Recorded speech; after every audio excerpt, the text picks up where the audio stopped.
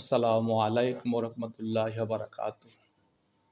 Yusuf টিস IT পক্ষ থেকে সকলকে শুভেচ্ছা ও অভিনন্দন। বন্ধুরা, আজ আমি একটি চমৎকার টিউটোরিয়াল নিয়ে হাজির হয়েছি। একটি ছবিকে কিভাবে প্রফেশনাল পাসপোর্ট সাইজ ছবিতে রূপান্তরিত করা যায় তা খুব স্বল্প সময়ের মধ্যে দেখাবো। বন্ধুরা, আপনারা দেখতে পাচ্ছেন আমার কম্পিউটার স্ক্রিনে আমি একটি ছবি ওপেন করে রেখেছি। এখন এই ছবিটিকে আমরা একটি প্রফেশনাল পাসপোর্ট সাইজ ছবিতে রূপান্তরিত করব। তার জন্য আমরা এই ছবিটিকে প্রথমে ক্রপ করব। এই ক্রপ করার জন্য আমি চলে যাব টুল প্যানেল থেকে ক্লিক করব আমি ক্রপ টুলে। এখন ক্রপ টুলের অধীনে উপরে যে কাজ আছে আমরা এখানে এটা আমরা উইডথ দেব 38 এবং হাইট দেব 48 আর রেজলিউশন থাকবে 300। এখন বন্ধুরা, মাউস ড্র্যাগ করে ছবিটির যতটুকু অংশ নেওয়ার প্রয়োজন ততটুকু অংশ সিলেক্ট করব। করার পর আমরা উপরের টিকটি ক্লিক করলে ছবিটি ক্রপ হয়ে যাবে। তাহলে আমরা উপরে টিক চিহ্নটিতে ক্লিক করব। দেখতে পাচ্ছেন বন্ধুরা, ছবিটি ক্রপ হয়ে গেল। এখন আমরা ছবিটির ব্যাকগ্রাউন্ডটি চেঞ্জ করব। তার জন্য আমরা চলে যাব টুল প্যানেল থেকে গিয়ে আমরা কুইক সিলেকশন নামে একটি টুলস আছে, সেই টুলসটি আমরা ক্লিক করব। ক্লিক করার পর মাউস ড্র্যাগ করে ছবিটি সিলেক্ট করব।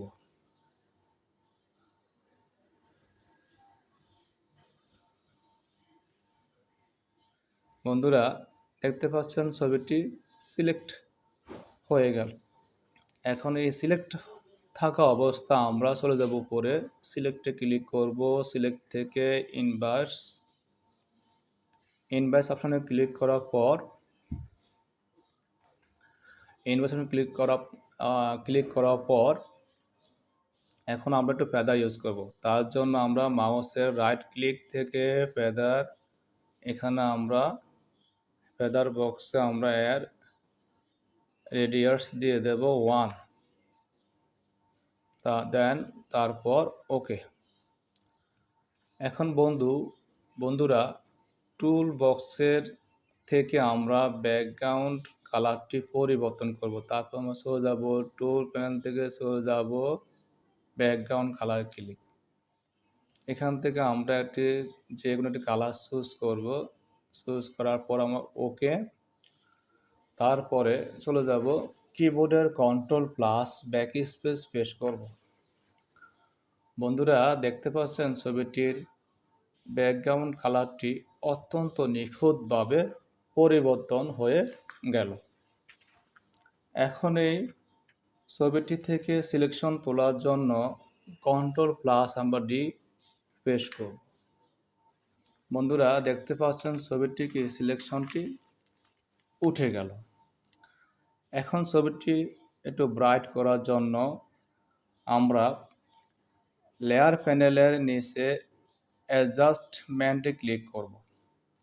অ্যাডজাস্টমেন্ট লেয়ার ক্লিক করার পর আমরা এখানে সলিড কালার ক্লিক করতে পারি, অথবা কিবোর্ডের কন্ট্রোল+M বাটন চাপ দিলে কার্স অপশনটি আসবে। এখন মাঝখানে যে রেখাটি আছে এই রেখাটি আমরা মাউস ড্র্যাগ করে উপরে দিকে দেব। উপরের দিকে যতটুকু সম্ভব তুললে দেখতে পাচ্ছেন শুধু লাইট হচ্ছে। দেন ওকে। এখন বন্ধুরা, এখন ছবিটিতে আমরা একটু কন্ট্রাস্ট ব্যবহার করব। তার জন্য আমরা আবারও লেয়ার প্যানেল থেকে আমরা অ্যাডজাস্টমেন্টে ক্লিক করব। অ্যাডজাস্টমেন্ট থেকে চলে যাব আমরা ব্রাইটনেস অ্যান্ড কন্ট্রাস্ট।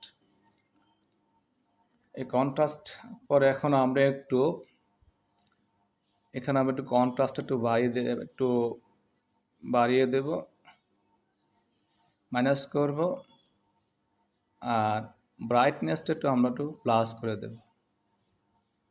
তারপর আমরা এটি ক্রস করে দেব।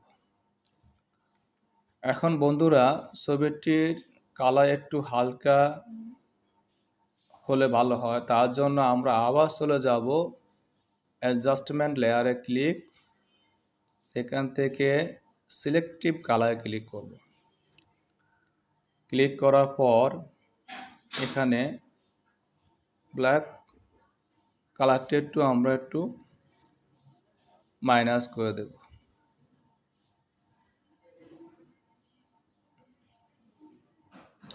এবং ইয়েলো কালারটা একটু প্লাস করে দেব।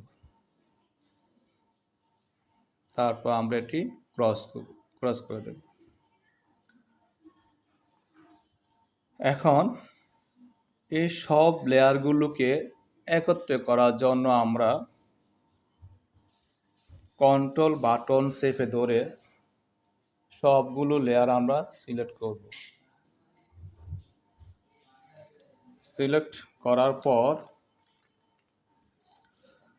করার পর আমরা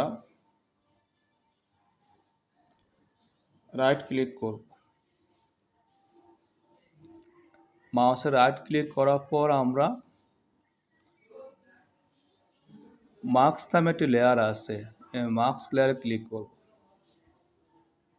বন্ধুরা দেখতে পাচ্ছেন সবগুলো লেয়ার একটি লেয়ারে রূপান্তরিত হলো। এখন ছবিটিতে আমরা একটু ফিল্টার ইউজ করব। তার জন্য চলে যাব উপরের ফিল্টারে ক্লিক করব। ফিল্টার থেকে নয়েজ থেকে অ্যাড নয়েজ আমরা ক্লিক করব। এখানে এসে আমরা একটু ছবিটি স্মুথ করার জন্য যতটুকু প্রয়োজন ততটুকু আমরা বাড়াতে পারি বা কমাতে পারি। দেন ওকে। বন্ধুরা দেখতে পাচ্ছেন ছবিটি অত্যন্ত সুন্দর এবং স্মুথ হলো। তো বন্ধুরা দেখতে পাচ্ছেন একটি পাসপোর্ট ছবি তৈরি করা কতটা সহজ।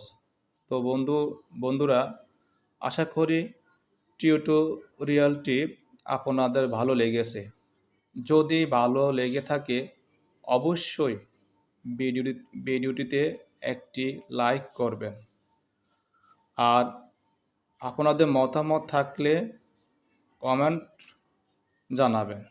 দেখা হবে পরবর্তীতে চমৎকার অন্য কোনো টিউটোরিয়াল নিয়ে হাজির হব।